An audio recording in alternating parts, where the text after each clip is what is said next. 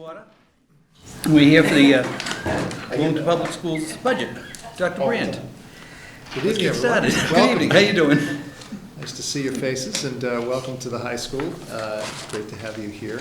We have members of our school committee, as you can see to your right, my left, and Christine Elliott, our assistant superintendent, for curriculum instruction or staff development. I still get that wrong. And of course, you know this gentleman to my left, who really is responsible for so much of helping weave this budget presentation and story together. So thanks for the opportunity to share this with you tonight.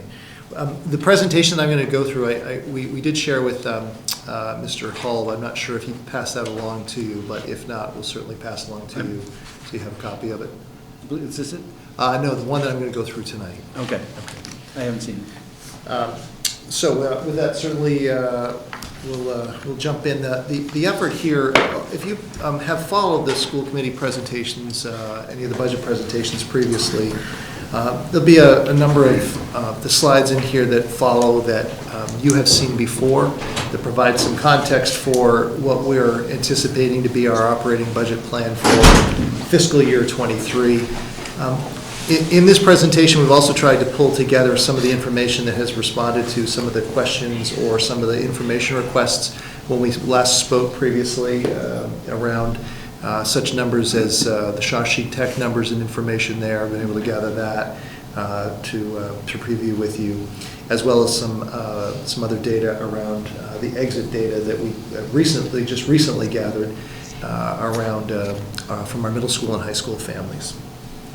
So the effort tonight through the presentation will provide first starting with just a quick glimpse, not to spend a lot of time on moving forward as we make our way slowly but hopefully steadily through the pandemic, and what we see right now to be the challenges as well as the responses, many of which are sort of coming into a clearer picture, others perhaps not yet.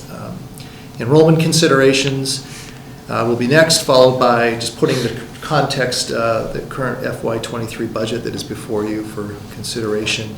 A little bit more expansion around the enrollment and staffing trends that we've talked previously about, and then a summary of the budget as it stands. So first, moving beyond the pandemic. As certainly I think everyone is aware, and this wouldn't be just for Wilmington, but really society at large, but certainly from all of the daily highlights that I see in news stories related to education and educational communities throughout the land, this pandemic has had, certainly within the educational realms, a tremendous impact on staff, on our teachers, support staff, and administrators. Society at large, of course, families, of course, students, of course, but certainly within the realm of education, obviously why we're here tonight. We have absolutely seen a significant increase in referrals for special education evaluations. Again, from all of the information that we are gathering and hearing from other communities, this unfortunately, and probably to some degree not surprisingly, is not unique to Wilmington. And we, as a community, and from all accounts in conversations with other districts who are seeing the same thing, will unfortunately anticipate a spike in evaluations and or possibly services down the road. There certainly is no question, as I think most everyone is well aware, that the growing concerns with mental health are certainly real. I think we are just starting down this pathway. We have seen and struggled with many of these here in our community, in educational community, and there's absolutely been an increase in that. There's no question, and certainly, probably of everything, tremendous concern around that as we think about moving forward into next year and beyond. With this, we have seen a number of increases in behavioral needs of our young people that we serve, and academic challenges, of course. We have seen some transition of new students moving in. There have been a number with IEPs, or the acronym, in case you're not aware of that, the Individual Education Plan, which warrants specific services as called for. And last but certainly not least, tremendous challenges with staffing. And I think if anyone, even if not in this field, is sort of staying abreast of or in tune to the challenges that lots of sectors and different industries are clearly, sounds like, facing, and Unfortunately, education is most definitely one of those. An article that I saw came out in the Boston area last week. I think it was from the Herald. I don't know the source, but no, I think the source was actually the American Federation of Teachers has identified approximately 500,000 fewer teachers currently than before the pandemic. And so, that we are seeing and experiencing that as a real challenge for sure here in Wilmington, unfortunately, as well, too.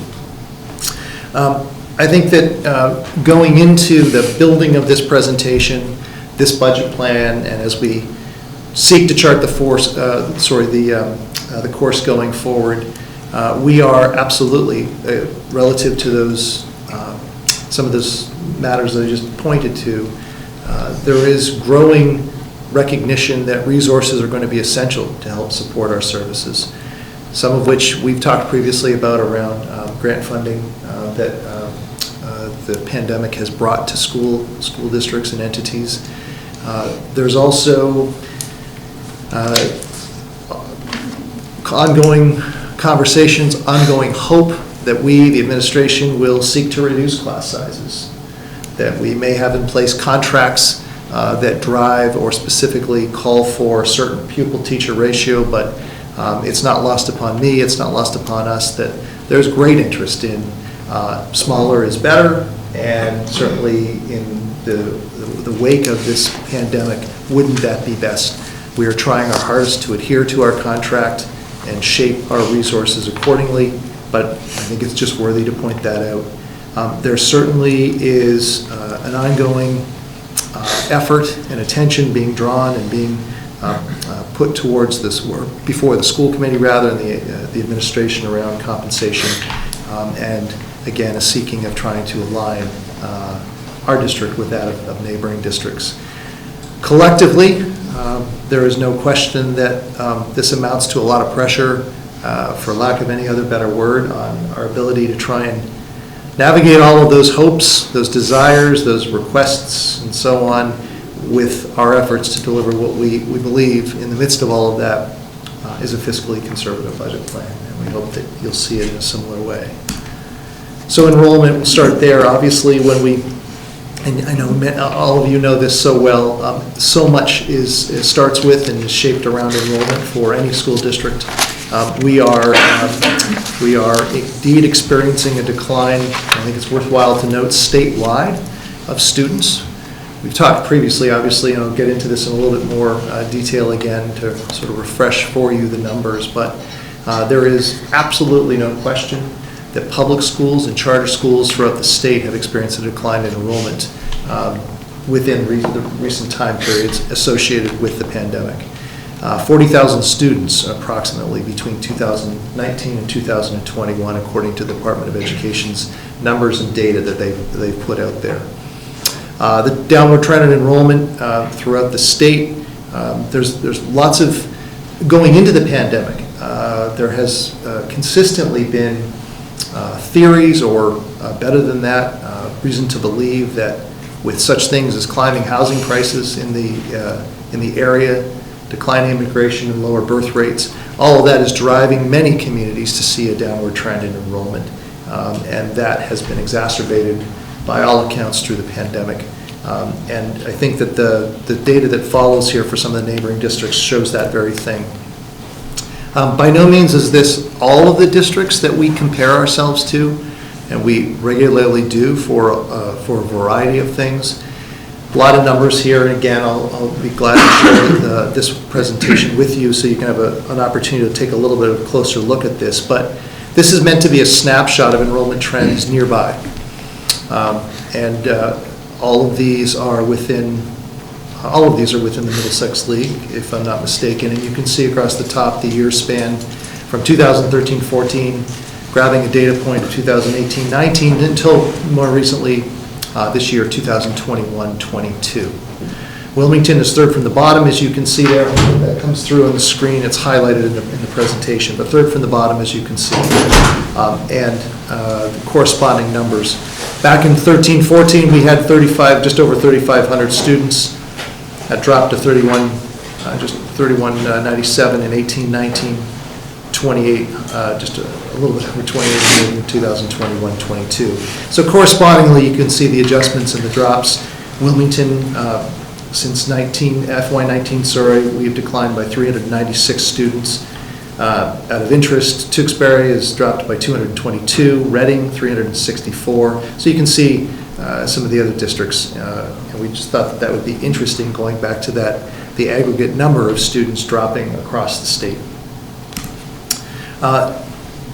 The following information has been shared with as I understand it, with the school committee of Shawshing Tech, and so thankful to the superintendent there who was able to provide us with the data, and this goes to some of the information that I know that you had requested as a committee previously. So this is these are numbers, again, as mentioned, that have been public, that, as I understand it, have been shared with the community there. And what this shows is by class, so 2026, 2025, 2024, the communities that are a part of Shawshing Tech, their applications, and then the percent by town. And I know we obviously have talked previously about this, and there's indeed in our community a growing interest in what exactly this looks like. What this shows, and what you can see there, is that certainly Bedford is on the lower end in terms of students currently who are making their way towards Shawshing Tech, and you can see where the others fall out. Applications as of January 25th of this year, Bedford had 18 applications.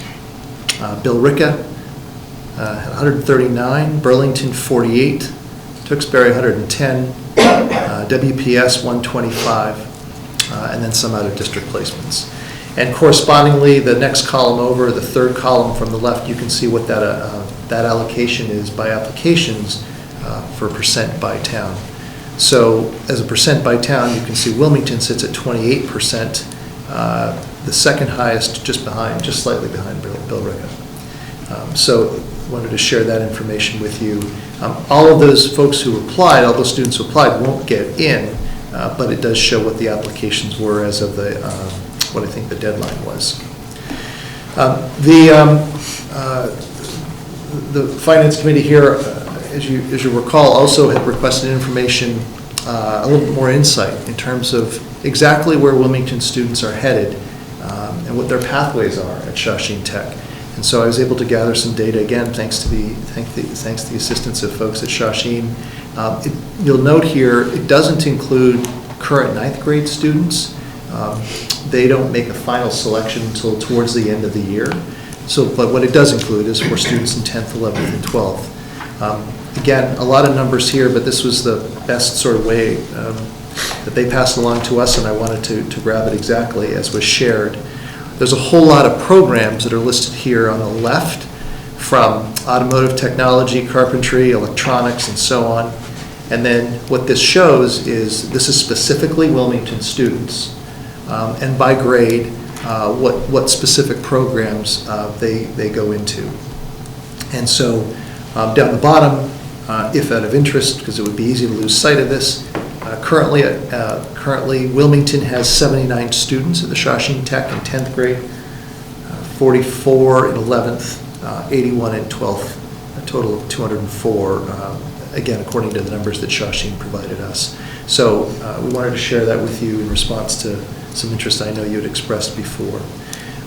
Not related to Shawshing Tech, but specific to Wilmington, the following slides have not yet been seen, except in the context of this presentation by the school committee, but I plan to share this with them next week. But we talked previously about trying to gather more insight, more data from our families who may be considering an alternative high school experience other than that of Wilmington's. And so we sent out a survey to all current middle school and high school families back in January. So there were a total of 1,384 families in total. We received 288 responses. A decent number. I was certainly wouldn't say, I was hopeful that we'd have more, but 281. And the breakdown, you can see we had the most number here. So this how this graph works is this is grade level, 6, 7, 8, 9, 10, 11, 12, and then the percentage correspondingly. So certainly, if of anything of those 288 responses, what we were able to glean was a higher percentage from our current 8th grade families.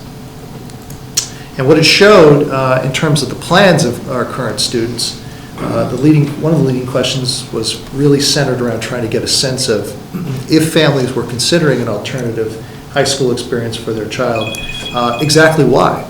And so the pie chart graph on the left-hand side of the screen, that comes through fairly clearly. If you are a parent guardian of a student currently in 8th grade, do you plan to send your child to Wilmington High for the 2022-23 school year? 38% yes, 34% no, and 27% uncertain. And then the pie chart on the right-hand side probes our current 6th and 7th grade families, the same question. And you can see the breakdown there, the goldenrod, if you will, 48% uncertain at this time, 25% yes, and 26% no. The highlights from this survey, for the rationale for sending students to alternative high schools or considering alternative high schools. These were of the 135, remember I said, or you saw there, 281 completed the survey. 135 took the opportunity to share more insight with us, if you will. And these captured the top reasons for those families that were either considering or had made the decision to pursue an alternative high school experience other than the building that we're in here. Better post-high school opportunities was cited, a tie between availability of school and facility resources, a better community feel and or school culture and climate was one of the options to select, better athletic opportunities, and specific academic programs. Going a little bit deeper with this, there was a question that allowed for another response, an open-ended question. We had fewer of the 288 who took the time to provide insight there, but they were far-ranging in that category or that specific question. And you can see here the list of those. I won't read all of them here, but they range from student choice to the belief that there were more classes at the AP level or could help prepare students for college.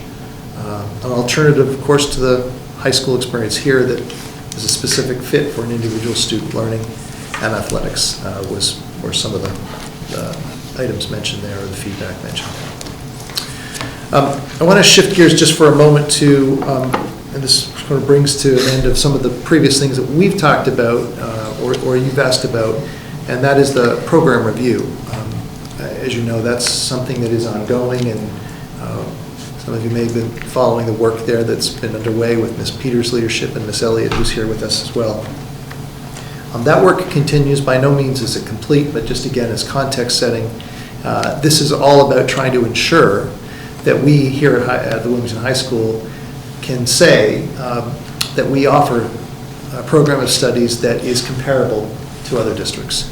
And we're seeking to try and ensure that what we offer for our students is competitive and that is attractive. And we are clearly recognizing as time goes on here that there are other options that are grabbing the attention of our families. And so this program review really is also centered at making sure that what we offer is that hopefully to meet the needs of as many of our families as possible. The departments reviewed all of, I think it was 30 or thereabouts, school districts. They presented this in recent meetings to the school committee, and work continues in terms of identifying possible recommendations to move forward. But suffice it to say, and this is a general statement, but suffice it to say that what was found that for the most part, most of our departments are very much on par with comparable school districts. What was also found, however, was that there are opportunities to grow or expand some of the programs within some of the departments. And that specifically right now is what's being further revisited and revised. And we provided an update to the school committee around that. So shifting away from enrollment, if I may, and moving into the budget for fiscal year 23, just to provide some context around it. The enrollment projections right now that we are planning for is 2,757 students. And this is a breakdown that spans the grade levels. And we're planning for approximately 60 students to be out of district. I'll expand upon that in just a few moments, specifically the out-of-district students. The budget plan that has been presented to the school committee and that is here for your consideration. The next few slides to provide some highlights. I won't spend a lot of time on this, but I just think it's important to provide some greater context for what this budget in its totality helps support. It does include a contribution for supporting our strategic plan. And there's a small allocation, relatively speaking, in there that we have built this budget plan around. A partnership with the SEAM Collaborative for an EDI coordinator, Equity, Diversity, Inclusion, and embarking upon an equity audit is part of the plan here right now. The next few slides go a little bit broader in terms of the departments.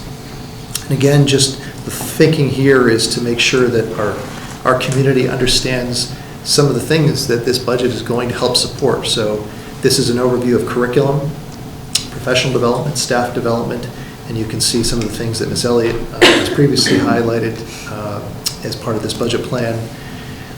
This is a breakdown of specific curricular areas. We're always obviously looking to either revise or replace or expand current curriculum that we have in place. And so this provides an overview of the areas that we're specifically focusing on for next year. And this continues with some of those. In the interest of time, I won't go deeper. I'm happy to take any questions on any of these, but again, this has been information that we've shared previously, but wanted you to have as well too with the school committee.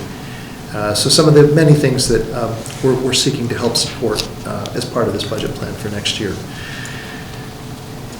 Substitutes is part of it as well too, and part of this includes substitutes not specifically for teacher absences, but to help to relieve teachers from their classroom duties to support professional development and learning within the context of the school day.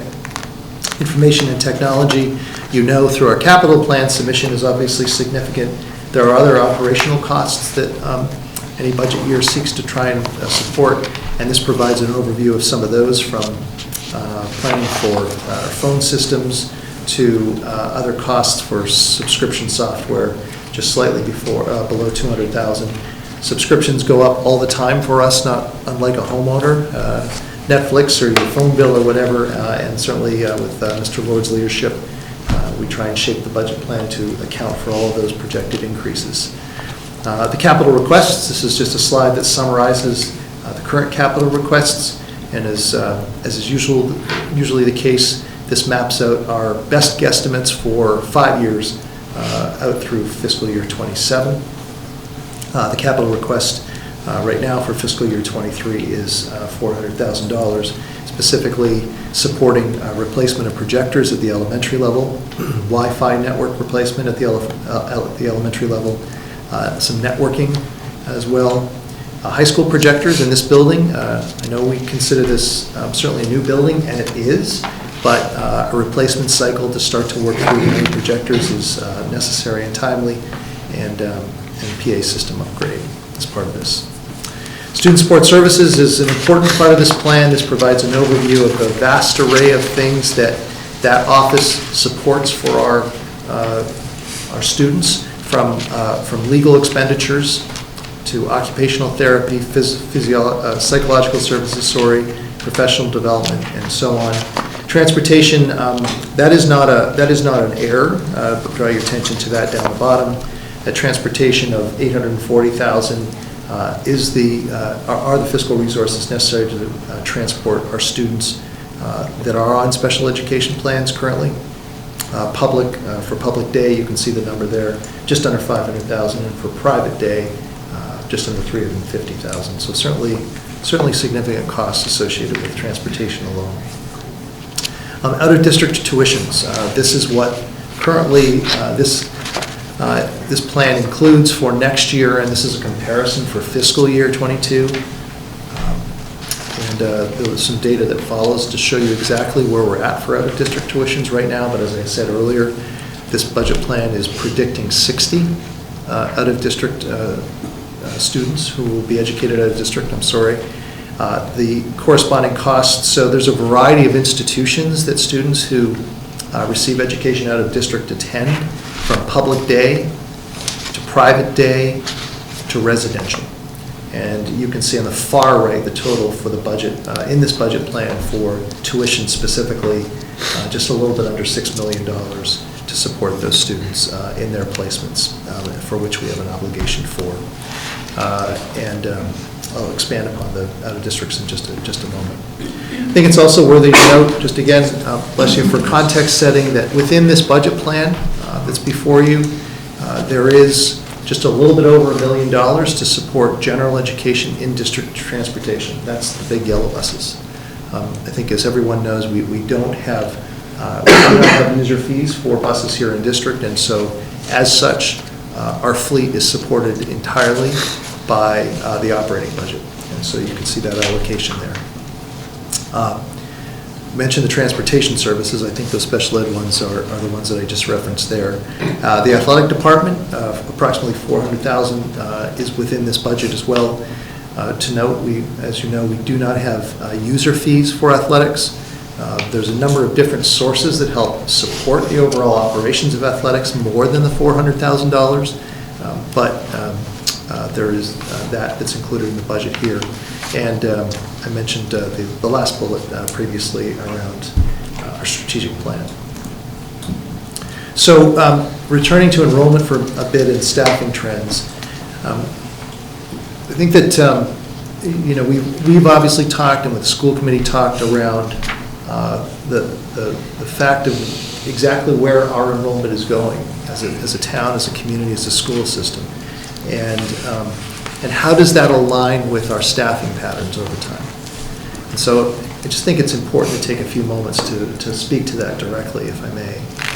First off, there's no question that over recent time, student needs and the complexity of those have changed. And they've changed significantly from year to year. And that was prior to the pandemic. The pandemic obviously has only exacerbated the situation, and I spoke about that a little bit earlier. I think it's also, though, secondly important to note that we have taken steps over recent years to try our very best to educate more of our students in district. We believe that that's best for educational reasons. We believe it's best for the child, for the family, for our community at large. And so that has been the goal, certainly during my administration and before, I know, and will continue to be. But the reality of that is that sometimes keeping certain students in district with certain needs does require or amount to additional personnel to help support them in district. And that's a fact. The out-of-district versus in-district, a lot of sort of moving parts on this, but if I just sort of orientate you to a few things. This is meant to be specifically a snapshot and a comparison of the estimated costs for educating our current students receiving special education services in district. And so currently we have 187 students. 187 students receiving, who are on special education plans and who are receiving services in district. We have a total staff broken out that allocate to support those, a variety of staff. And the costs you can see in this third column from the right. So excluding health insurance, because obviously that comes from the town share and not specifically the operating budget of the district. 2.3 million, just a little bit over 2.3 million. So 2.3 million to pay for the staff total there of 65 to support the 187 students. And over 3 years, we mapped it out really, truly for a comparative sense, would be just a little bit over 7 million.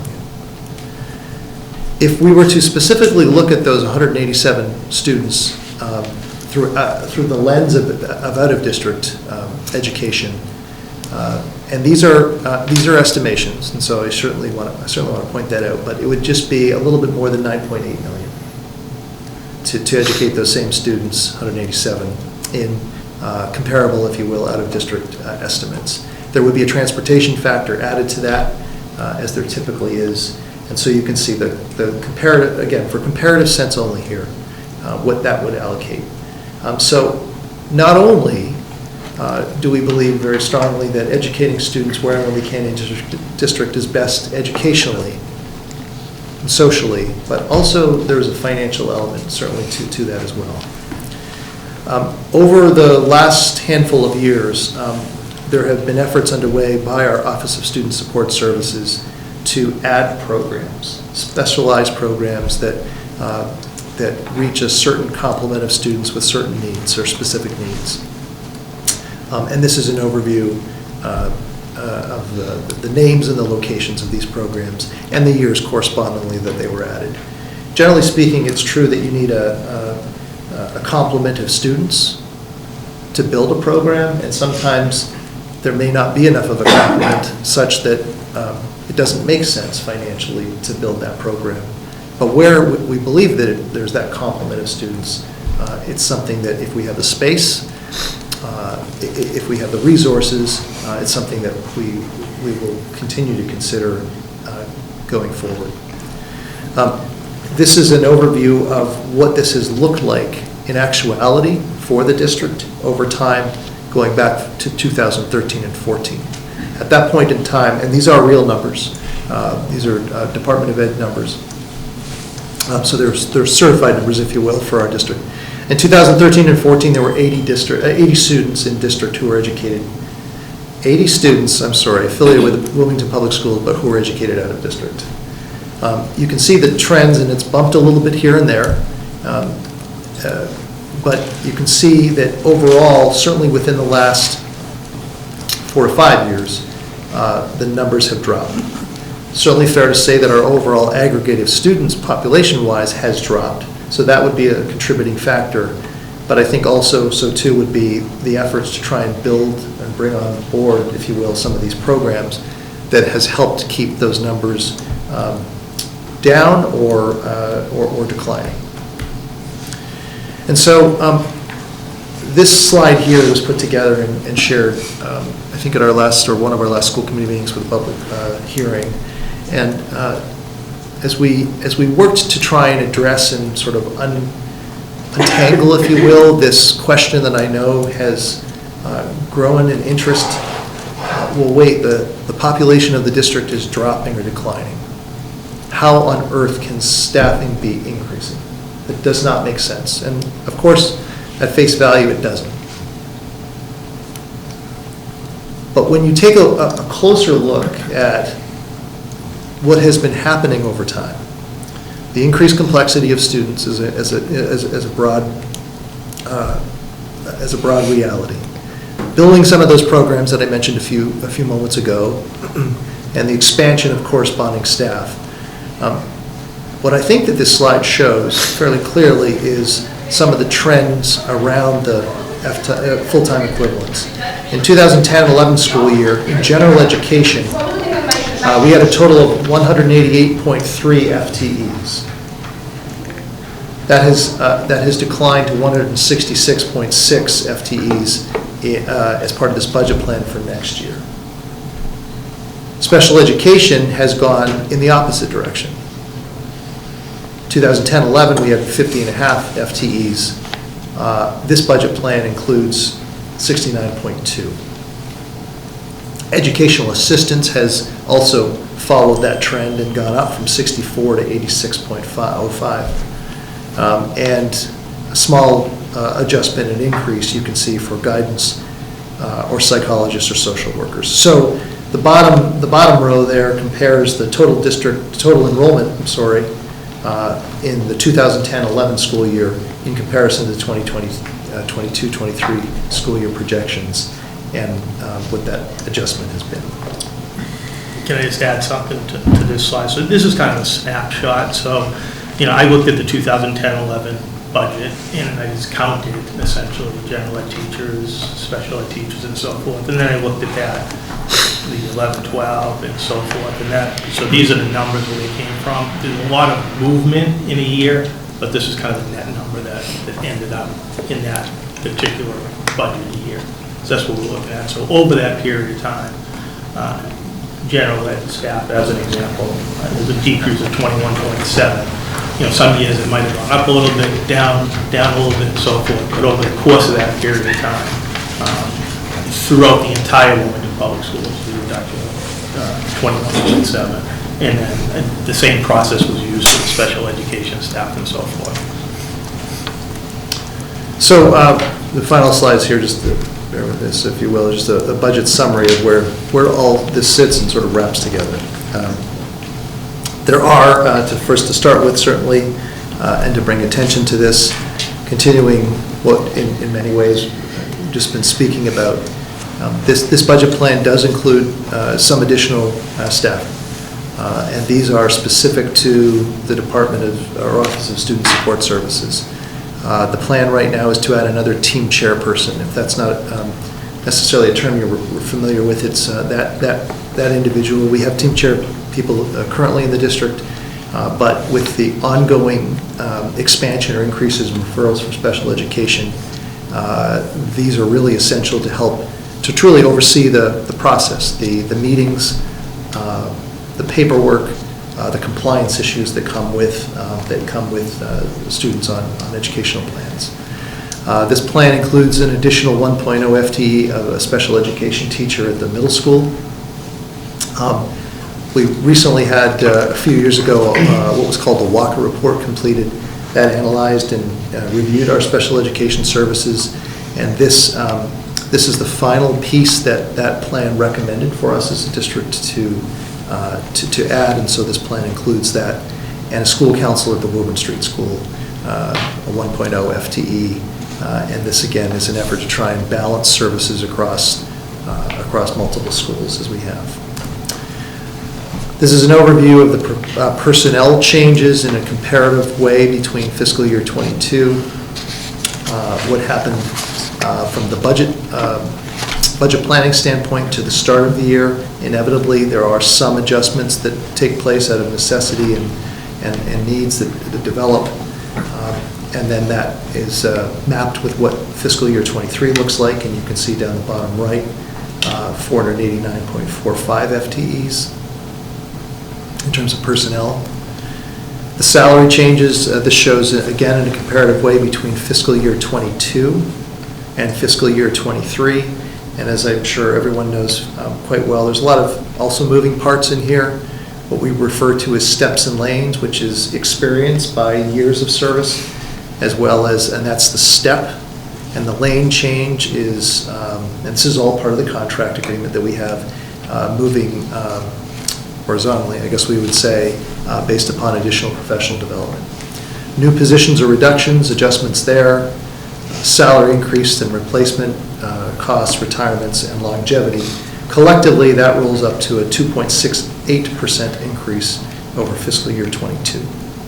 Non-salary changes, this highlights some of the changes. We tried to highlight that earlier in some of the slides supporting the various services in the departments. The roll-up for non-salary changes for fiscal year 23 is just a little bit over 9.5 million, or a 1.8% increase. So wrapping this all together, a comparison of the fiscal 22 budget to that of 23, and a roll-up to be 2.5% as it sits before you tonight, just a little bit over $1.1 million. So to summarize, we do believe that based upon all of the information that we have right now that we're working with and looking at, that we think that this will attend to and help support our needs for next fiscal year. We also have, certainly to point out and to remind our community of, we have COVID-19 grant funding that continues. Some of it is expiring this year, but some of it continues through next year. And there's no question that we're going to have to continue to monitor the challenges that I started the presentation with and the evolving concerns that we have going forward. I think collectively as society, we're all going to be doing that, certainly within the context of the school system. It's going to be as critical as ever. As I think many are aware, we are currently negotiating with the majority of our bargaining units, and none of those units, or none of those contracts, I'm sorry, have been finalized yet, but it's worthwhile pointing out. And last but certainly not least, the ongoing attention towards our enrollment and where we're going with that and how it is that we can adjust and respond accordingly. So I know that was a lot of information. Again, I'll certainly share the presentation with you, but at this point, happy to take any questions. Thank you for the presentation. I do have a couple questions. Especially on enrollment. Has the school committee and the public been given copies of the executive summary of survivorship analysis from December of 21 by Department of Education? Sorry, could you repeat that? The executive summary of survivorship analysis was published in December of 2021 by the Department of Education. Specific for Wilmington, do you mean? Or? Well, Wilmington is one of those communities in there. Have you gotten a copy of it, or? No. No? We've not. Let me give you this one. Oops. Student chairs.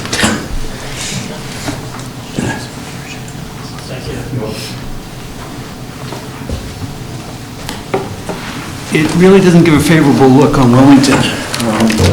You might want to hand that out to the school committee at their next meeting and discuss it.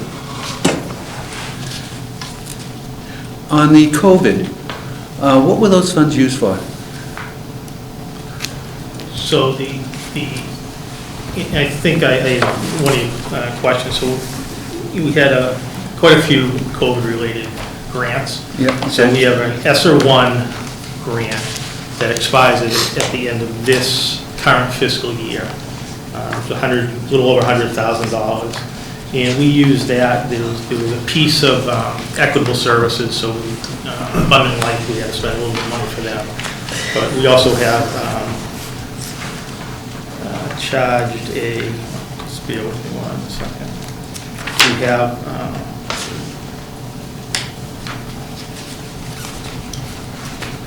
sorry, I just want to pull out and give you the right information.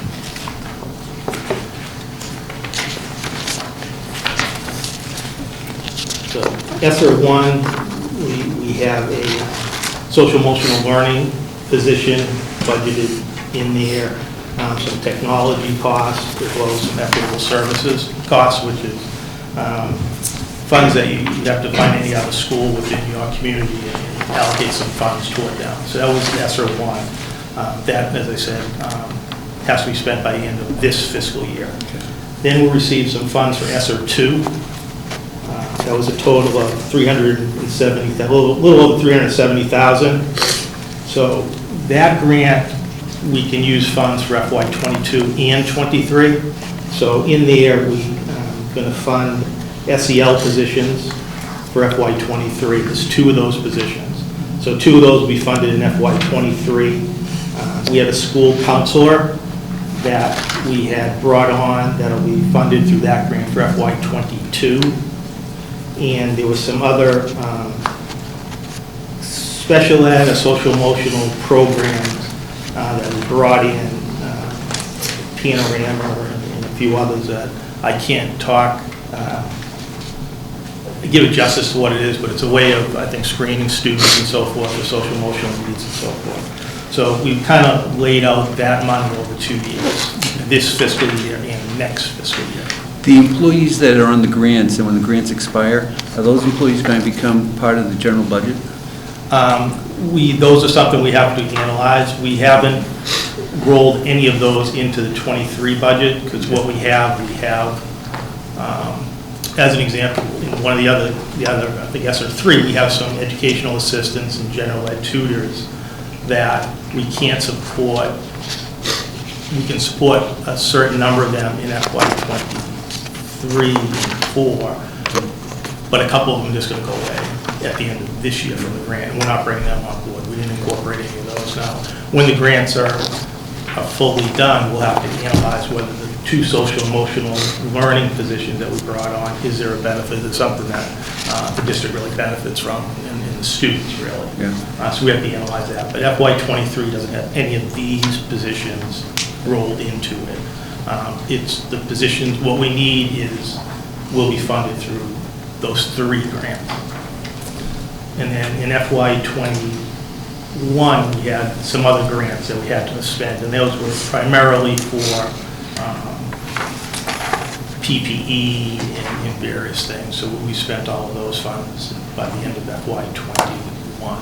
Ear purifiers, gloves, masks, and all that stuff, if you will. The necessities of COVID. And if you want the ESSER3, I can just quickly, so we charge an ESSER3. This past summer, we had a summer school for middle school and high school students that we did not charge them for, so we use those grant funds for that. Mm-hmm. And we had a summer learning academy for elementary students. Okay. Again, we did not charge them for. We use grant funds for that. Stipend and teachers work those programs. The way the grants work, there's 1 SEL position in that grant as well. There's 2, they're in different grants, but they're the same 2 people. Mm-hmm. This is where we charge them. In there we also have, as I mentioned, 5 general education tutors to help with math and various things within the elementary schools, 5 educational assistants, and we're projecting to use pay 3 of 5 general ed tutors in FY24. Okay. So that's how we're spreading the money out through the whole period of time. So there's 2 of them that we won't keep on, if you will. And there's funds in there for the school counselor to keep the school counselor on for 1 more year, so for FY23, within the grant. Okay. Within the grant, so as I mentioned, none of these positions are. During COVID, were there any economies taken to cut back on things? You know, because you didn't need hall monitors at all? Did you need educational assistance if you're teaching by Zoom? Yeah, we actually, I think, had a lot of benefits from staff on leave that they couldn't, because we were out, but we were in, different hybrid, they were in a few days and so forth. You still need to, our special needs students were actually in person almost the whole year, essentially the whole year. But there was other staff that were on leave because of COVID-related reasons and so forth. In the high school, how many classrooms are unused? I wouldn't know off the top of my head. Certainly information we can gather. We certainly know what the building was built for 9 and change. 960.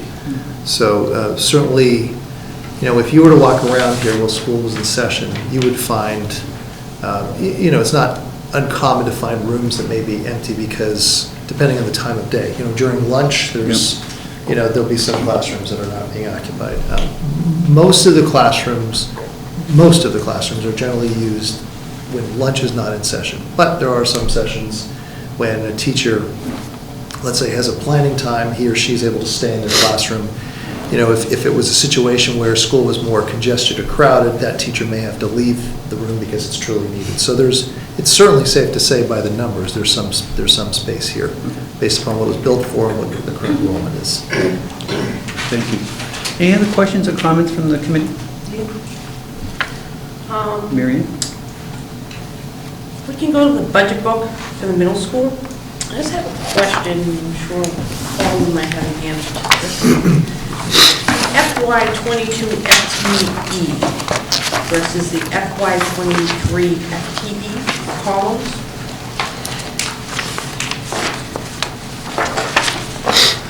Yep.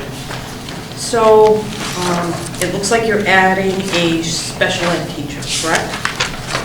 Yes. So why at the end of the column, it still shows 8240, 8240? That there's no change. When you say for? Total Oh, okay. teachers, 82.40 FTE for '23 and 8240 for FY '22. Because we incorporated in this budget an FTE reduction of 1 for the middle school. So Okay, so there was- where's that reduction? It's right above the 82.4. That -1. Right, but where does it correlate with the budget? What position is being So eliminated? we have asked, essentially, we didn't pick where it was. We had told, essentially, the principal of that school is charged with finding a 1.0 FTE reduction, whether it's a full 1 FTE or if it's a 0.2 here or 0.4 there or whatever. So we didn't dictate at this time where that has to come from, just that it has to be a 1 FTE reduction staff number. So it's safe to say that that might not be a full teacher's position. It could be ed assistant that's part-time, or, I mean, how are you going to break out an FTE .22? But there are some positions that are 0.6, 3 days a week type thing, or. And they're appointing- teachers? They're Yeah, general yes, teachers? yes, yeah, they could. I mean, there's also money associated with this too, so, to be honest, if we get the money, that's, so We get whatever some money. combination it is. And I assume that's the same scenario for the high school? Exactly. Yes. Yeah. I was just gonna say, so it's a vacancy bet, is what you're taking. I mean, Yeah, you're betting on a vacancy elsewhere to make up for the increase in special ed. It could be a vacancy, it could be, if there isn't a vacancy, then a decision has to be made, but yeah, but if someone, as an example, someone retires, depending on what discipline they teach, it's not that easy at those levels, the middle school and high school. Elementary is a little different, the first grade teacher, the second grade or something, but yes. To go back to your slide on the decrease of general education teachers, as you're aware, the committee asked for, from 2012 to 2022, the run of teachers that were not filled, the resignation and whether they were replaced. So the numbers are far off, and I just want to try to get an explanation at this point. I only have 6 general education teachers over that time frame that weren't replaced. Okay, so that request was for the past 10 years of Right. teachers that left, either resigned or non-renewed. So that's what took us a couple weeks to put together. So that's what we worked on. The other slide that I mentioned, there's a lot of other movements and so forth, so there could be some retirements that weren't filled, or a teacher could have moved from this school to that school, and there might have been someone that was on a leave of absence that didn't end up coming back. So there's a lot, like a 1.0 general ed teacher reduction between 2 fiscal years may be made up of 10 different moving parts. So it gets a little bit, because teachers sometimes will move from school A to school B. And, for someone who retired or someone's on maternity leave, but then we don't fill that person that moved. So there's a lot of moving parts in that. I can try to put something together that gets you to the 21.7. It's just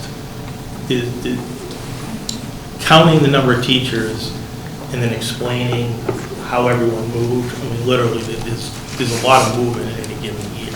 So it's difficult to just say, okay, that particular teacher resigned, and that particular teacher we didn't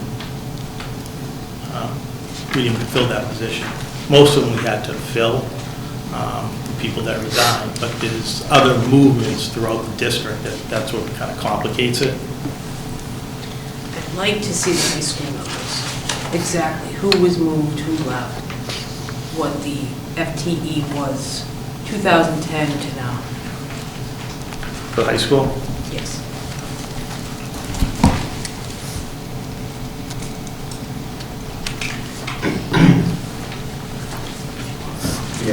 I want to piggyback on the document that showed what the departures were, whether they were backfilled or any backfilled. One of the things, the question that I had on this was, I looked at them, and I know we're spending a lot of resources, it says right down on the screen, on things like special education and psychologists. The turnover in that space is massive. If you look at it, so just to give you some numbers, 20, 21, 22, there's 21 departures, we'll just call them, whether they're backfilled or not. 5 of them are psychologists, 6 of them are special ed, right? You go a year before that, 18 total, 8 special eds, 1 psychologist, so that's 50%. So in the last 3 years, we've been north of 50% departures are in that space. It's obviously an important space. I completely agree with that. What's going on in that area that's causing us to have so much turnover in those really important areas for the kids? I think it's a great question, and there's no question that the pandemic itself, the turnover in multiple areas was absolutely significant. There are some areas that I'm not sure that there's any specific or understood rhyme or reason why. Psychologist is a good example, and I can't speak as eloquently or as pointedly as Alice Brown Grant could from her experiences, but psychologists tend to be a very difficult position to hire and retain. And I don't know if that's just because there's so many other options that are available, if it's sometimes people who are sort of waffling between private practice, which happens sometimes, and education. I think there are a combination of factors, but the turnover, you're absolutely right, has been very significant, as it was for a lot of positions for sure, but in that niche area, absolutely. I don't know that there's any one singular thing that we have awareness or insight for. So some of the positions are hard to retain in general. Some of the more difficult or demanding programs where the needs are just that, are more significant. It's sometimes difficult to keep folks to stay. That some of these are really intense programs, really take a toll on staff. Forget about the pandemic. And if there's another opportunity that comes up that is, I won't say an easier position, but one that may not be met with as much challenge, specifically with some of these certain student needs, it's not at all uncommon for somebody to take that. And that may not be in our district. It may sometimes. We have that kind of transition too. We have somebody who might be an educational assistant or a teacher in a highly specialized program. Another opportunity comes up over in another side of town, and they will gravitate towards it. So I think that all of those reasons are at play, to be honest. Can I ask one more? Yes, sure, go ahead. Question, please. Actually, more of a statement. I absolutely applaud the survey that you put out for students 6th, 7th, and 8th grade. 20% is a significantly high enough sample size, statistically speaking, to get the answers that we need. So, as I look at that, it was around 21% is what the response rate was. That's a pretty good number. I know it's low, but the information that you got, I think, is extremely critical for us to sort of move forward. And I hope you plan on doing that going forward, so you can start to see a trend in those percentages, because I think that's really important as far as feedback year to year. So it's not a question, more of a statement. I think that's an awesome job and good information. Well, thank you. I wish it were higher, but this is, I just want to be clear that even if as a committee that perhaps hadn't been a request or an interest conveyed, as I think I've said before, we need to figure this out. And I don't know this report. I haven't seen this report, but the numbers may be the numbers for that earlier slide of what Shawsheen Tech, the number of students, and they may be what they are, but we have to figure out, is there something that we can do? Is something that we're missing? Is there something that we're not offering? I don't think we're never going to be able to offer what a technical school can offer. or somebody who's truly looking for a private setting for X and Y reasons, we're not going to be able, but if there's something that we're missing, we do need to and want to understand it because of reasons that we've talked about previously. And that's not to try and negate the experience that families or students are seeking from somewhere else. But if it's something that we can control, we have to figure that out. So it's not a one and done effort, that's my point. To piggyback on what you just said, do you have some sort of game plan at this point to try to figure it out as quickly as possible as we lead students from a district? Well, there's a couple of things, right? And we have an awful lot clearly going on here as it relates to administrative change soon enough with the new principal coming on board. The program of studies that is, has embraced some short and longer term, by longer term I mean sort of 2-3 years out, not that long, efforts to expand, improve the offerings that we have, but also collectively the recognition that's growing around the need to market our school to the community, and some of those efforts I'm not sure if we've talked about previously with our curricular leadership to be more prominent, to be more pointed in terms of providing insight for communities that, or for our community members who are coming here for the first time, and making sure that they're fully aware of what is here in this great building, in this great facility. As we've talked about before, the numbers, the data that we have, I think we've talked about this before, the retention rate for students who come here is very high. They stay. The data does speak to that. It's trying to elevate the number of students that make that transition across town that we need to not take for granted, not make assumptions that they're just going to come here. Clearly, there's numbers that show that that's a challenge right now for us. So that's all part of sort of the effort here that has to unfold. And our curricular leaders here understand that. School administration understands that, for lack of a better word, the need to market our school and to make sure that people are fully aware of the experience that they can have here. So I think we need to improve upon that, and there's that internally. There have been those conversations and the recognition that we need to do better. That may not hold true for all high schools in all districts. I'm going to guess, based upon the numbers that I see, for example, that Bedford, with very low Shawsheen Tech numbers, now I don't know what their private school numbers are, to be fair, but I'm going to guess that the majority of students go from Bedford Middle School to high school, and they probably don't need to necessarily market it. It appears like they're not losing a lot of students. We need to think differently, and people choices. How many open houses do you have for the high school? I think it's 2. Christine, might you? The 2 in total, both program and studies? Oh, yes. And then, How well attended are they? I can't speak for Ms. Peters exactly, so I don't know. I think she's found it varies sometimes from year to year. Coming off of what we've been is more challenging, but I couldn't give you a percentage. I could find out if you'd like. How many kids are in the 8th grade will actually come to an open house here? That's what I was trying to get at. From the survey, it looked like a lot wanted AP and advanced classes. It was in that Yes. was the number one. And you're absolutely right. There was the identification of that through the program review in not all, but some of the departments, recognizing that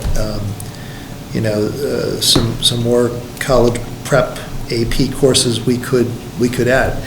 And to be quite honest with you, that's going to be part of the challenge, right, that we're going to face here as we try and sort this all out. That doesn't necessarily mean that adding more AP courses is, as an example, is automatically going to need to or warrant more staff. But there is going to be a balance point between still offering those courses for the APs as well as some of the other courses that we have to, say, for graduation requirements. So it's going to be a puzzle, and so I don't want to just say that this is all good, because it can't. We can't lead to just more staff, but it's going to be the balance here of how can we repurpose existing staff, Right. right, as part of this. Any other questions? Yeah, one other quick one. So I know we added a few teams to the athletics. I'm going to ask Paul, and he's going to laugh, because it's going to be my question I ask every year. Does the JV have any transportation as of yet? The JV hockey team?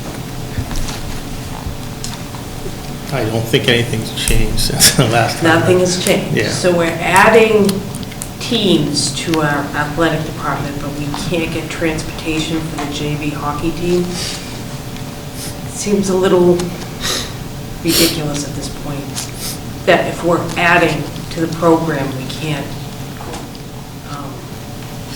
cater to what we have.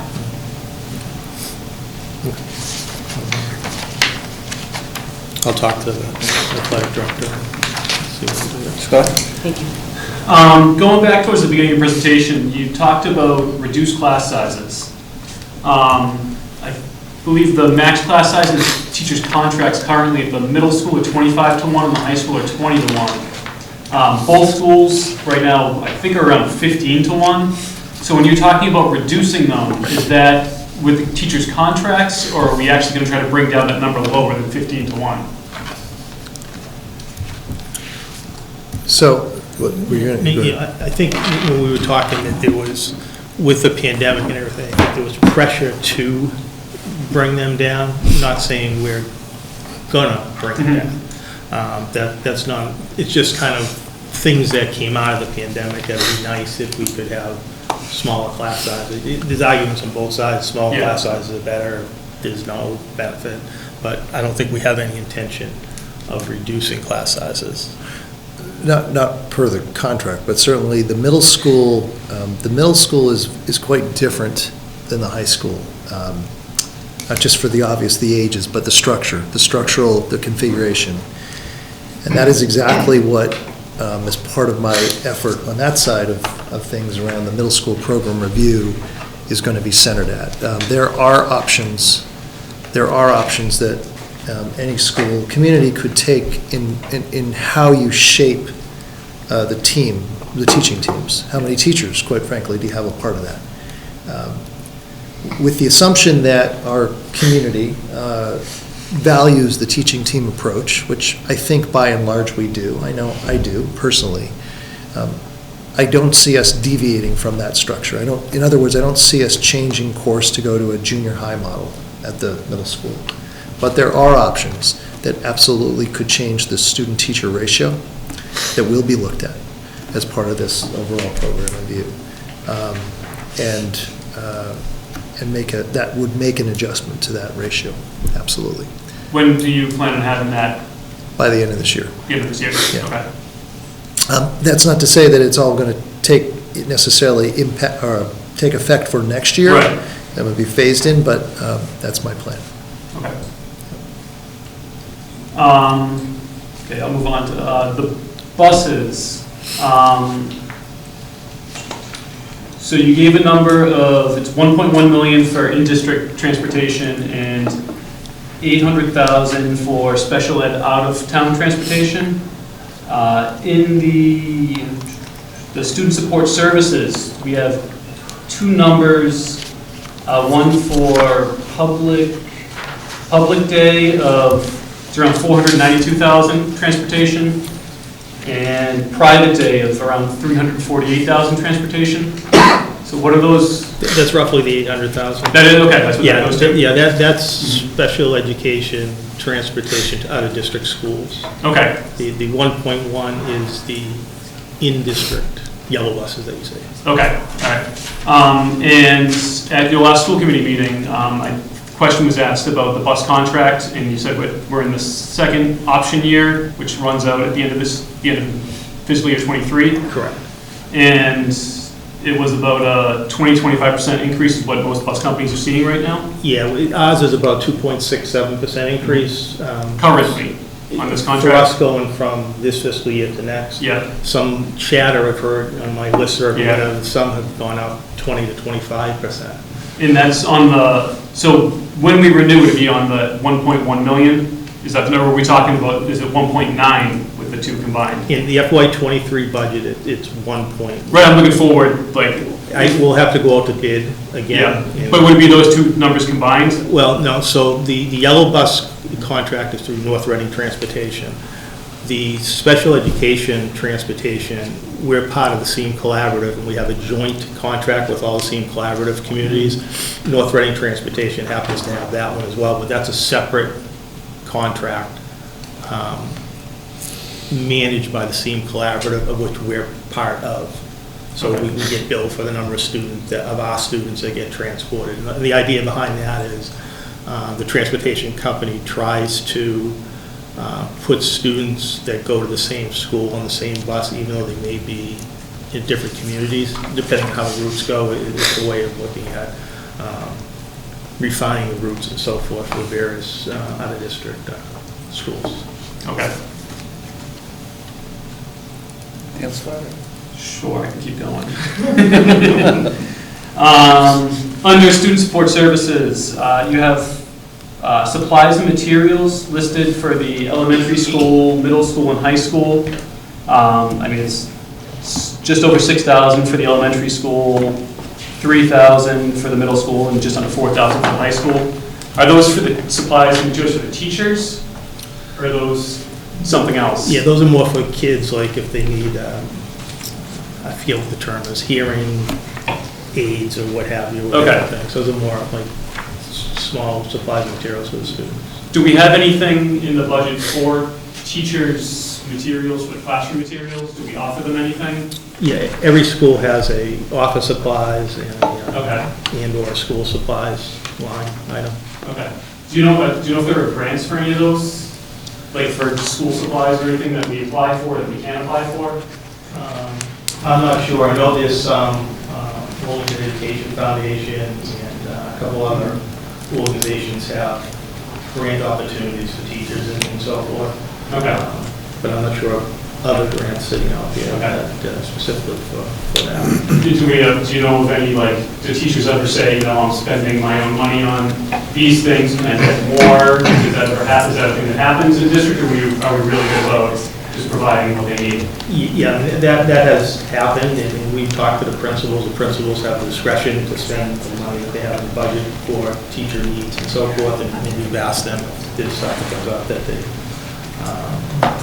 they don't think they're getting supported, to, talk to the principals, and then, principals can talk to us and so forth.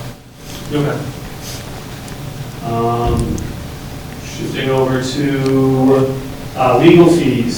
See, we have $60,000 budgeted this year, it was $60,000 last year. I know we brought in someone to investigate the abuse of Wildwood. Is that what that money goes to? Is that where that budget money goes, like something like that? There's two legal fee budgets, if you will. One is on the school committee and one's in the special education, so. Student support services. Yeah, so that's special education related, so that's going to be anytime there's maybe a disagreement on a IEP or something, that we have a legal counsel that kind of helps our special ed department deal with any of those type of issues, or if there's a hearing for something and so forth. Okay. And that really depends on what goes on in a particular year, the cost of that. You could have a year with a lot of activity. Yeah, the cost, the previous expenses show, yeah. But the legal fee for the other side, your example of the investigation, that, those kind of things, that would fall to that legal fee for the school committee and administration. Okay.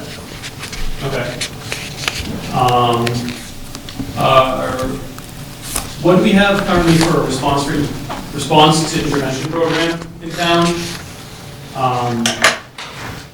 And have we looked to expand it at a lower level at all to try, where we have, support services keep growing for the students? If we expanded the local level, could we reduce some costs down the line on that? Has that been something that we're looking at? So we have run a full program this school year is constant intervention grades K through 5. You'll see that the math interventions, the general ed tutors that are in our grant, which are going to run out eventually, are what's helping to run the RTI model in our schools for grades K to 5. So we have reading specialists and math support. We run data meetings, we provide this intervention to our students, and that's what a lot of that grant funding, some of the materials are coming from that as well. We are, and the assessment tools and things that we're using is all coming from the grants to be able to implement that this year. We're looking at the possibility of expanding that into the 6th grade next year. We're using some assessment tools, so we're doing it informally, but looking to provide more direct implementation of that in the 6th grade next year as well. So that is up and running fully, and we're spending a lot of time on that, and it's been very helpful.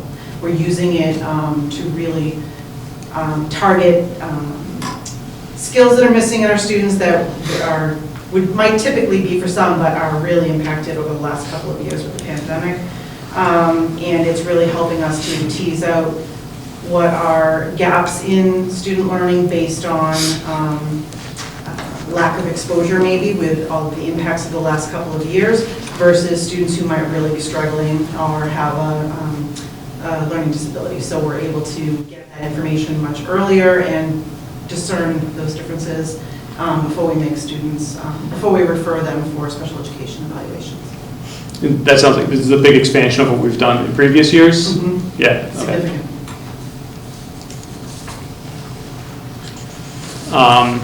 We'll move on to the expense reports that we got. One of the ones that I noticed that stood out to me was the expected expenditures for long-term substitutes are around, it's a little over 150,000, which is almost 200% of what our proposed budget was last year. Do you know how many teachers we have out that we're covering, and do we know the reason why? I mean, I know it can be a lot of different things can lead to that, but this is much greater than we expected, it seems like. Yeah, I mean, that number is, it varies year to year. I mean, we still do have quite a few teachers that have left the district, have left the teaching profession, and we still have a few teachers that are out on various leaves, COVID-related and so forth. So it depends, and so we've had this past year, past couple of years, more teachers out than we have in the past, that we've had to bring on subs, long-term subs if the teacher's out for 3 months or 6 months. That's what we consider a long-term sub, and that's what we charge it to as well. So there's usually offsets in other areas in the budget. If a teacher's budgeted in a certain area, that might be under budget versus long-term subs might be over budget.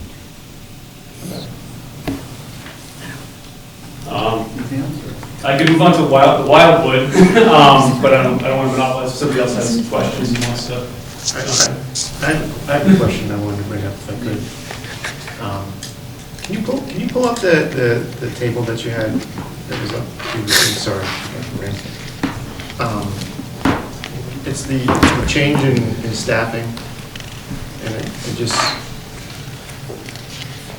The one over the 2010-11 to 22-23. Sure. Yep. Sorry, it's No, part of me. I want to. No, that's it. I should have left it hooked up. My apologies.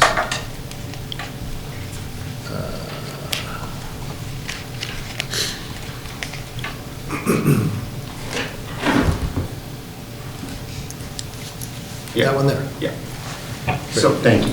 So, I'm looking at this, and I should have said something when it was up on the screen, so I apologize for coming back to it. But for me, this looks like a model change over the years, over the decade, meaning I would tend to bucket general education and educational assistance together and say, that's essentially a wash. We've changed the model. And you've probably done that, and I know that educational assistants are, and I don't mean you, I mean, collectively. Right. So, and obviously educational assistants, I think, are at a different price point. And so in a way, we've sort of funded the increase in special ed and psychologists with a model that is less heavy on general education teachers and more on educational assistants, is what that feels like. Is that, am I reading this right? Is that sort of intentional, and is that how you would look at it as well? Because really, gen ed and the educational assistants are a wash from an FTE standpoint. From an FTE Right. standpoint, you're right. From a financial standpoint, you're right as well. It's not. The educational assistant growth is really a growth based on the number of special education, special needs students we have. So sometimes in an individual education program, a student might have to have a one-to-one aid. Right. So that's a position we have to add to the budget. We have no choice. So with the number of students that we've tried to keep in district, the various needs of special education students, we've had to hire educational assistants over time. It's a great question, and thank you for asking it, because some districts do have or do include educational assistants in the regular education setting, particularly at the younger ages, regardless of the special education students in the classroom. I have worked in districts, or I have knowledge of districts who do that at the younger grades. It's, say at the K-3 level, regardless of the special education students in the classroom, each class will have a regular education teacher and an ed assistant. We, as Paul said, in our district, not unlike others, but in our district, educational assistants are specifically tied to special ed, with the exception of K, at the kindergarten level. That's the only grade level, if you will, kindergarten, that has a, so what you see is that the adjustment here is entirely tied to special education alone. I think the other thing that is worthy to note, and I was thinking about this, so I'm sort of glad that you brought it up, I think what's also important to note here with regards to these changes, and I have increasingly felt this over my time here, and it seems to bear out in conversations with particularly our folks in student support services, is that I think that where we run into additional difficulties is the nature of our organization spread out over 6 elementary schools specifically, spread out over the elementary level. What I mean by that is that when specific circumstances come up that warrant, let's say, an educational assistant in Building A, one of our 6, if we had more students consolidated, under one roof, or more grade levels, or let's say not even more grade levels in a building, but we didn't have the two sides of town kind of thing, the economies of scale, undoubtedly, if you will, and I don't mean to use that term in reference to a young person in their education, but truly in terms of staffing.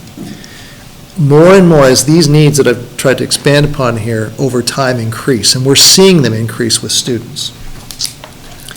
When they are spread out over 6 schools, I'm specifically talking about the elementary level, it is a challenge, difficult to meet those needs and always say take one FTE and spread that over multiple buildings. And I think we are a community that over recent time, we're experiencing that.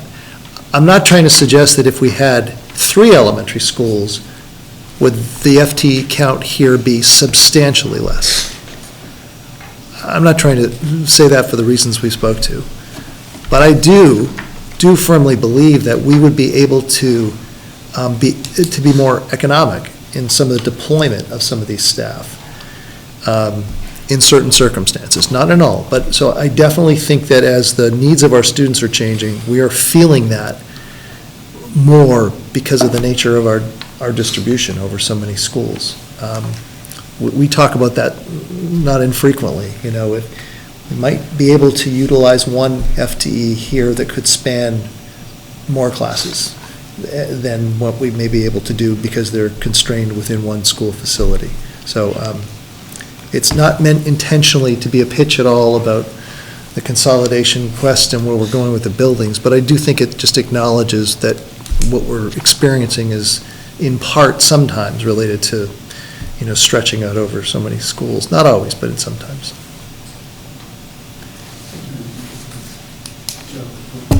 Thank you, John. Thank you, Dr. Brandon. Thank you all for being here and doing what you do. Quick question about the special education, specifically around the, I believe it was one of your first slides where you were talking about COVID-19 impacts, changing needs of our students, increased mental health needs, things of that nature.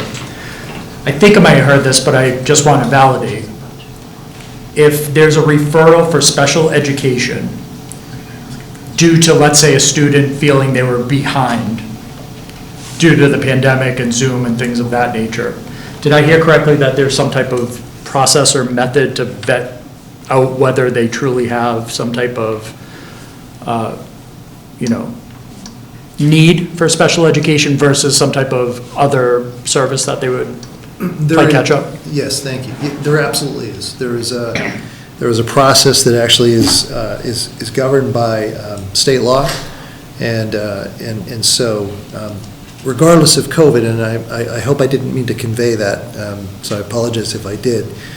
I didn't mean to say that COVID has just naturally accelerated that many more students who are finding themselves receiving special education services. It has accelerated those that are seeking services, those that are seeking, services. But there are meetings that have to be convened and processes that have to be followed and regulations that are followed, just as was the case before the pandemic, during and after. However, every time a referral is made, a request is made, there's a process that us, like any other neighboring district, has to go through. And it involves time, and it involves money and personnel to complete the evaluation and determine, in fact, whether or not the student is eligible to receive services or not. My guess, and from what I read in highlights, that uptick in referrals is everywhere. It doesn't mean that everyone will find themselves receiving special ed services, but it's quite an extensive process to get to the point to make that determination. And it would all be governed the same way, it should all be governed the same way as Billerica or Tewksbury or Wilmington is approaching that.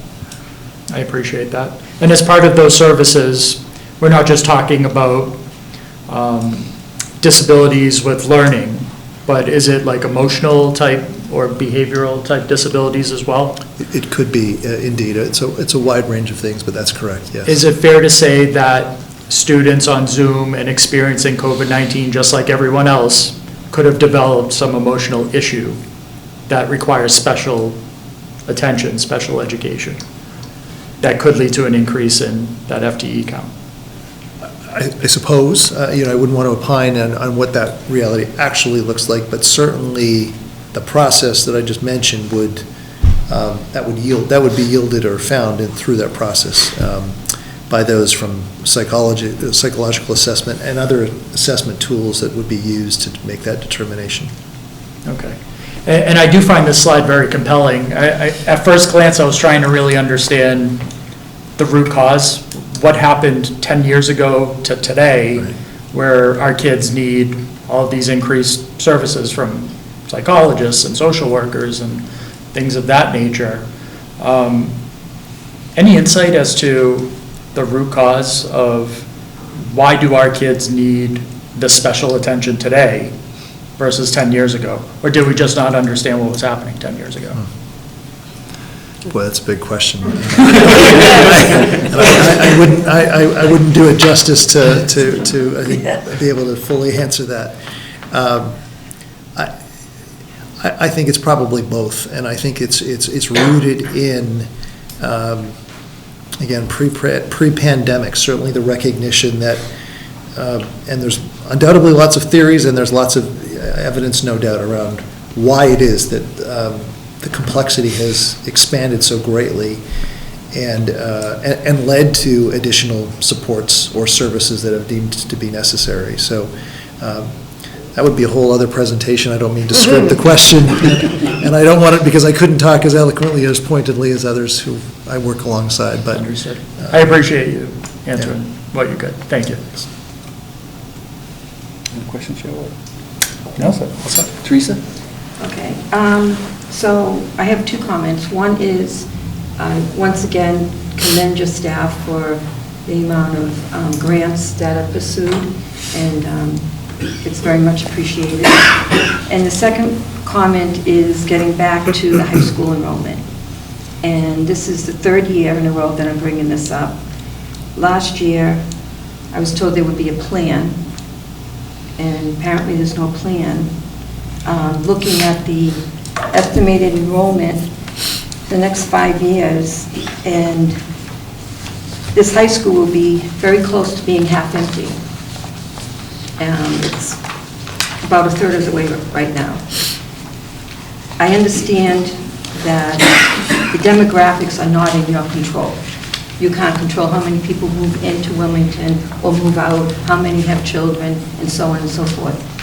But what is under your control is the way your budget responds to the number of students in the building. And that's where my disappointment lies, because there has been no response to it at all, is indicated by your very small classroom sizes. My comment is, how do you justify a budget to taxpayers when they realize that the school is very underutilized, but the expenses are the same?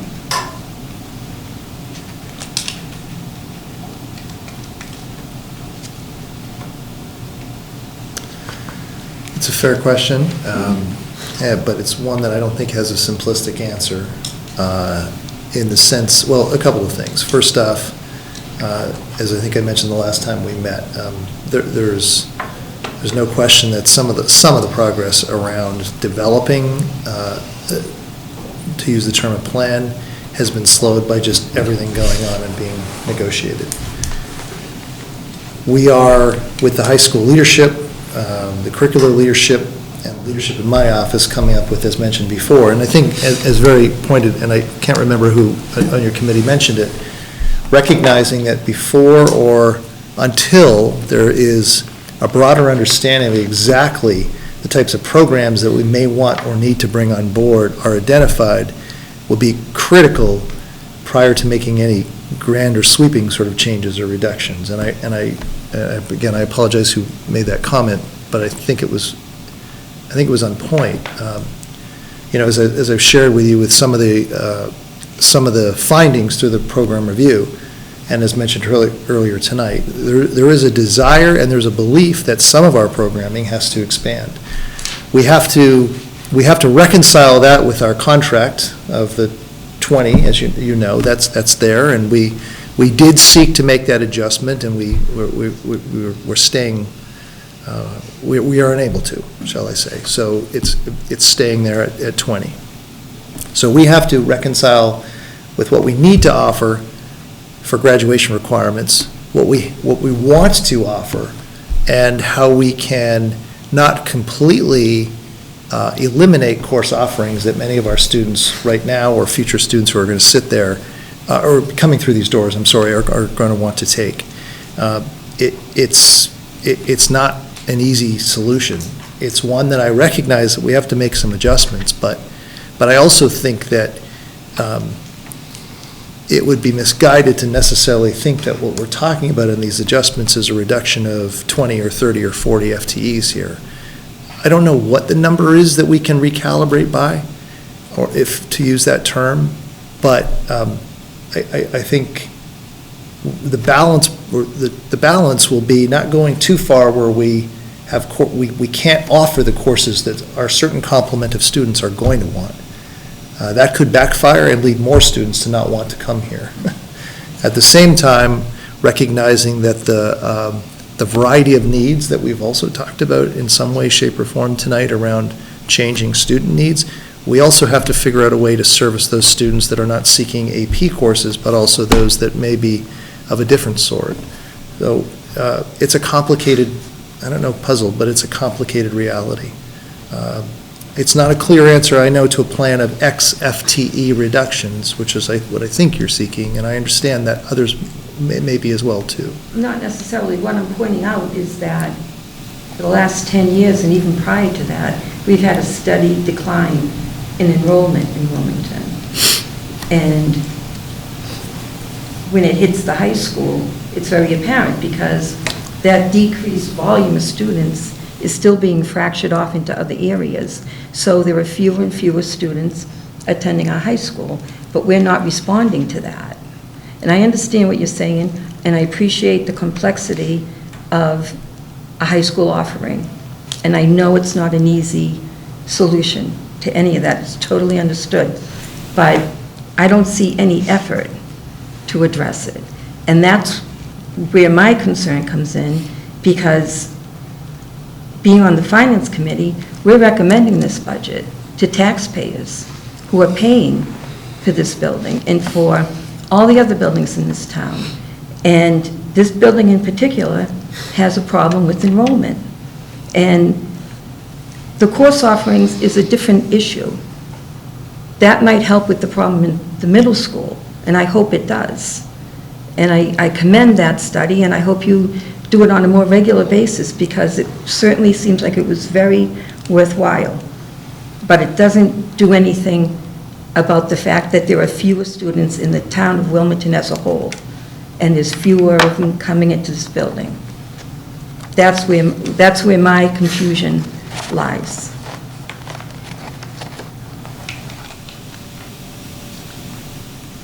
You know, and to follow up on that comment, you have to be mindful of the fact that the rubber meets the road here soon.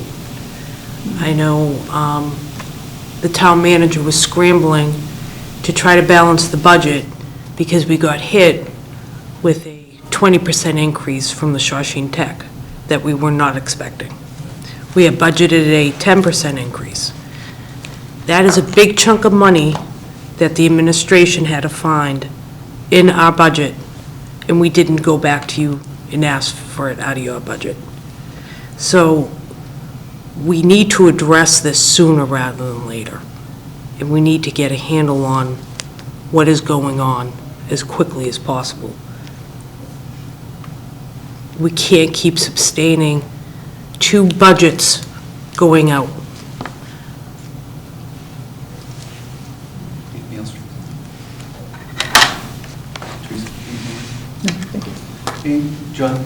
I don't envy asking after that line of questioning, but I think at the beginning of the presentation, you had sort of outlined a couple of goals, and one of which was bringing our teachers up to a pay equity or pay disparity with surrounding towns. Can you provide a little color to what that currently looks like, and is that across the schools, across the the subjects, and is that teachers and support services, or just the union? So as Glenn had mentioned, we have 4 contracts that we're kind of negotiating or starting to negotiate. So there's a lot to what that comment was around surrounding communities. There's a lot more to it than just pure salary chart information. But so the teachers have a union, so we're negotiating with them. Our educational assistants have a separate, they're a unit of the Teachers Association, but they have a separate contract, as does our administrative assistants and the nurses. Those are the 4 groups that we're currently negotiating with. So they're each negotiated separately, but they're all negotiated from now. And the teachers and the nurses, we've started last year on that. I guess to the pay disparity standpoint, where if they're going to come in here and say, Burlington is offering X% more, what do we think that number is looking like? It doesn't have to be just Burlington, but just generally speaking, are we 10% off, or are we 2.5% off?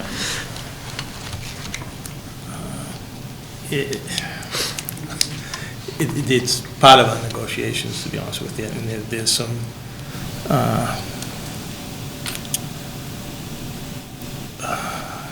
so a pure salary chart to salary chart may show one thing, but with a little different additional analysis, it shows something a little bit different. So I don't know if I can go any further than that, to be honest with you. Anything else, John? Anything from ladies and gentlemen? Any comments or questions or whatever? Thank you. John?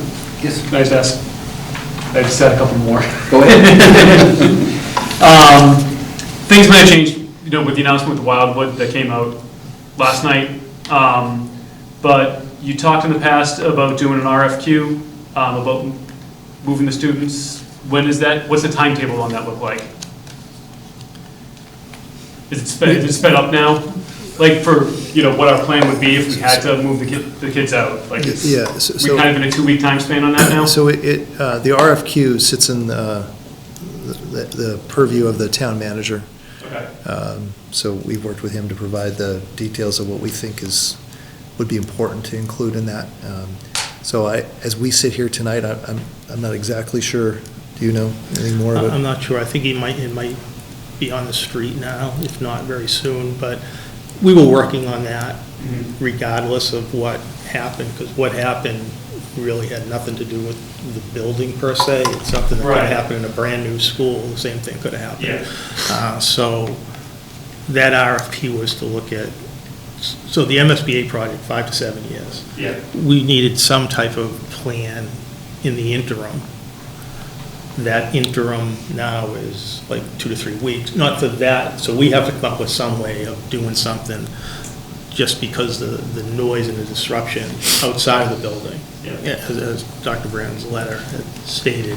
But we were doing the other piece, the RFQ, regardless, and I think we had worked with the town manager probably a week or so ago, 2 weeks ago, to kind of fine tune some things, so it may be being advertised now, and that was to have someone help us in that middle ground, if you will. What's the best solution for a short period of time until hopefully we can, look at getting funded for a little while. Okay. And where we're moving out of that school for the rest of the year, if we find that it works, is there an option to make it permanent until the MSBA project is completed? Is that something we're considering, or are we too early in the stages to even think about that? I think we're too, it's a good question. I think we're too early in the stages. I think that the important thing that we know very well, and I can understand that, talking about enrollment decline, what that actually looks like. We have in across of our, specifically I'm speaking about the elementary schools, the 6, there is not a wide swath of empty classroom space. Those are small schools, as many of you know if you've had children that have gone through some of them. Here and there are a couple of classes that might be not necessarily used for instruction, but there is, I can tell you, there is not a single school of those 6 that have 4, 3, 5 classrooms that are not being used. Now, they're being used for core subject teachers, like a grade 3 teacher, as well as, say, the art teacher or the health teacher, and they may have dedicated classrooms, which is ideal, which is great.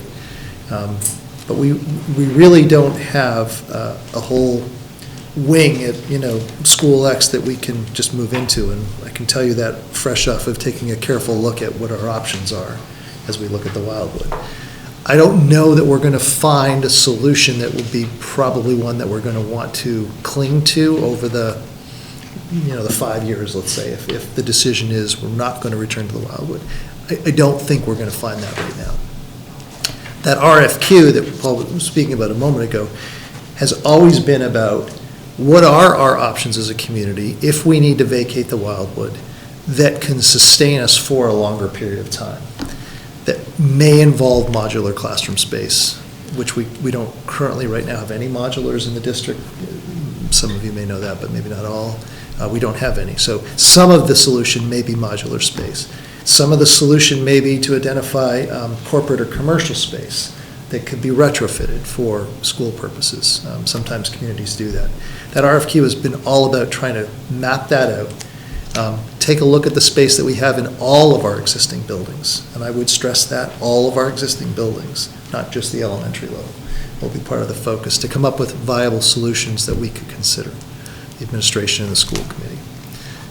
That would be what I would envision for the longer term meaning, the 5 to 7 years that we're looking at here, with the hopeful passing and support next week. Yeah. Continuing the process. Actually, I was just going to bring that up. Thank you. Next week is a special town meeting for the MSBA feasibility study on the Wildwood, and hopefully we'll have a quorum. Yes. To get this project started. Thank you. We'll be at the Shriners. So. We are also hopeful. Yeah. Teresa? Would you please just recap what happened at the Wildwood? Because I'm hearing bits and pieces, and frequently I get asked what happened. I want to make sure I'm giving the correct information. Sure. I'll give it a go, and you can add in. About a month ago, give or take, the distributor that delivers oil, that school, the primary oil, fuel is oil for heat. And in a delivery, there was an overfill of the tank. And the overfill led to, I guess, the penetration, if you will, of the soil and surrounding areas of the oil that exceeded the capacity of the oil tank. The town immediately became involved with Mr. Hooper, and involved, in turn, other professionals that monitor environmental situations, of which it is.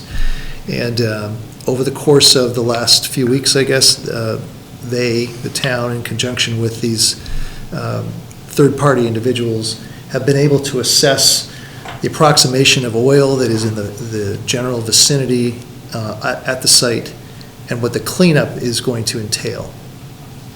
The cleanup is, as we learned at the very end, Paul and I learned at the very end of last week, fairly extensive, identified to be probably 6 weeks or so at least, and involve a whole lot of disruption and heavy equipment on the west side of the school, looking at the school from the street on the west. I think that's the west side, the left side.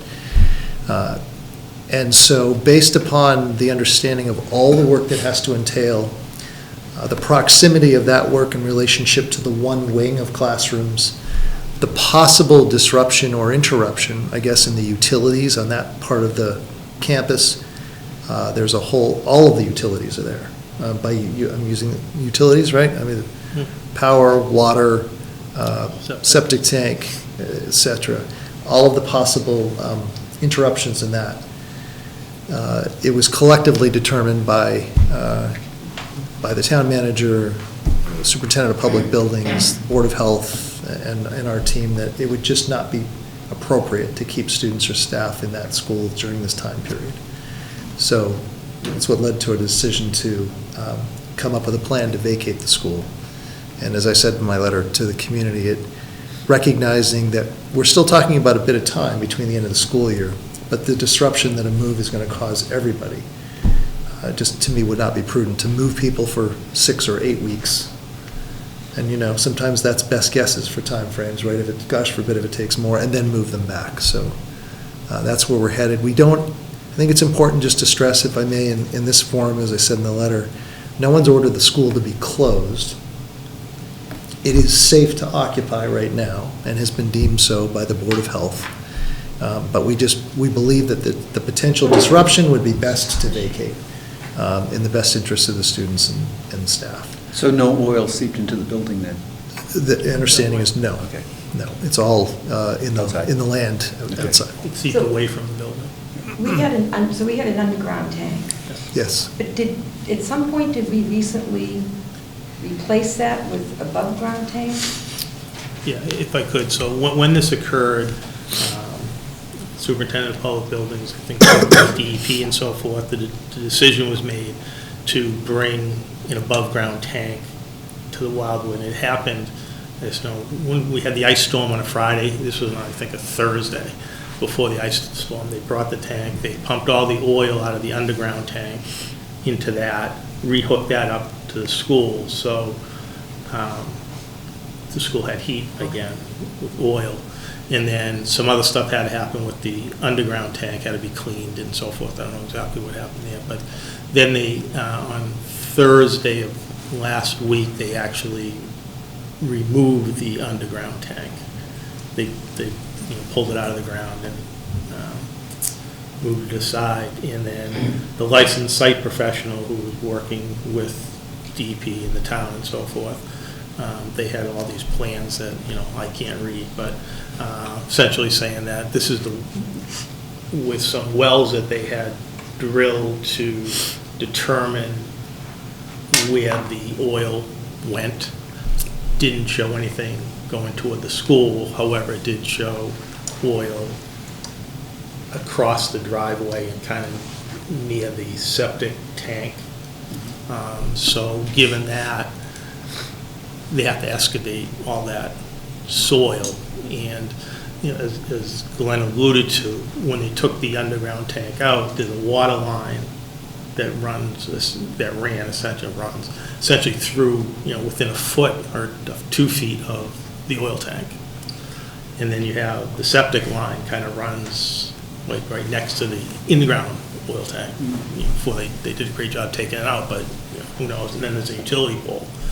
So with all that, plus the additional excavating that has to be done, at some point, either, if it can be, the water line has to be supported somehow, who knows how much that would cost, or it has to be redirected back into the school. That's going to take time. The septic line will, again, it kind of goes right through the area where, my understanding, the excavation would have to occur. At some point, that would have to be taken offline, so you'd have no restrooms or anything. So there's a whole host of things, plus the amount of digging and everything as we get, you know, hopefully closer to April, windows open and everything else. It just didn't make sense for us to. Was the leaching field affected? It hadn't got, again, I'm not being the engineer, but looking at the plans and what I can figure out from, I don't think it got to that point yet, but they were still monitoring it and stuff, so. I think well, I don't think I know, they know what they're doing and what they're going to do. It's just a matter of, you know, getting there and doing what they have to do. And, you know, they said that, you know, by the time they get everyone available to do the work that has to be done from excavating and everything, you know, could be. Takes a while. Yeah, so that's, you know, that's when we kind of said, let's within, you know, 2 to 3 weeks if we can, just relocate them. That way they can do what they need to do without worrying about the school being occupied, even though the school is safe to occupy. What kind of response did you get from parents? Or reaction, I should say? You know, to only gauge it via email, a few responses, not many thus far. I think that, you know, I think that what has been garnering more attention or more outreach prior to this situation is just, you know, the fact that the Wildwood has caught more people's attention. And I would say that with some of the information, you know, accurate or not, that's has been disseminated out there, that certainly in the last, say, month or so, again, prior to this, that more outreach has been received on that, you know, questioning sort of why we're still in the building and, you know, questioning is it safe and so on. So I'm sure more will come, and I think, you know, look, it's recognized by myself and my team that any plan that we come up with is going to be a change, it's going to be an adjustment, and we're going to do our best to try and minimize all of that. It's going to be a tall order, you know, to keep everyone with some semblance of continuity, but we'll do our best, and we hope people understand that we thought it's the best decision. Give it everything. Thank you. Anything else? Anyone else on the committee have any comments or questions? You mentioned modular classrooms. These are, you know, possible thing. I believe last time it was brought up at a school committee meeting, it was around like $100,000 a year. Is that what we're looking at if we do have to go that per classroom? Is that accurate, or am I misremembering? Did we use that? Yeah, I don't know if we used that or if that was just real rough, but now we have to get into real numbers, and you'd have to really look into it. I think online you could get some pricing. I think that just as a ballpark at that time. But, you know, if through this RFQ process and so forth, if that's the direction we're going to go, it would be properly priced out and so forth before we make. That could be one of many different decisions. That's what we're hoping that, you know, anyone that would get on board to help us make that decision, you know, it's not the best decision for, you know, for the students and, you know, for the time costing and so forth. Could you move the 8th grade to the high school and use some other, and change other grades around and still put the students in? I would anticipate that this whoever is hired to complete this RFQ will help us analyze all possibilities. Okay. Couldn't do it in 2-3 weeks, though. Why not? I have faith in you, Paul. Any other comments or questions? Seeing none? Thank you, gentlemen. Thank you. For the presentation and taking our comments. I think at our voting meeting, I think we will have some lively discussion on this. And I've been on the committee for a few years now, and I've always supported the schools. However, if a motion was to come up to reduce the bottom line, I would not rule it out of order, okay? Because there's a lot of questions that still have to be answered here. And it's a tough decision, but thank you. I'll entertain a motion to adjourn. Motion to adjourn. Is there a second? Second. All in favor? Adjourned.